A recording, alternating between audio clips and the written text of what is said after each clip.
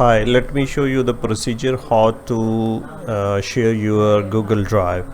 Let's come to the computer screen and type here in the browser drive.google.com. Now here you have to create a new folder.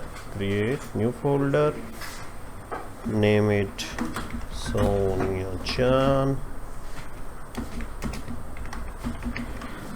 and create it. Now right click on this folder and go to the share option, and in share you have to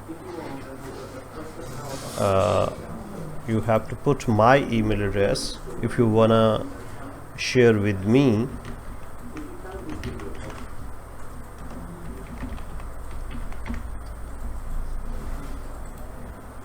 And then you have to type the message here. This is optional, you may not, and give the access right like editor, organize, add and edit files, and then click the send.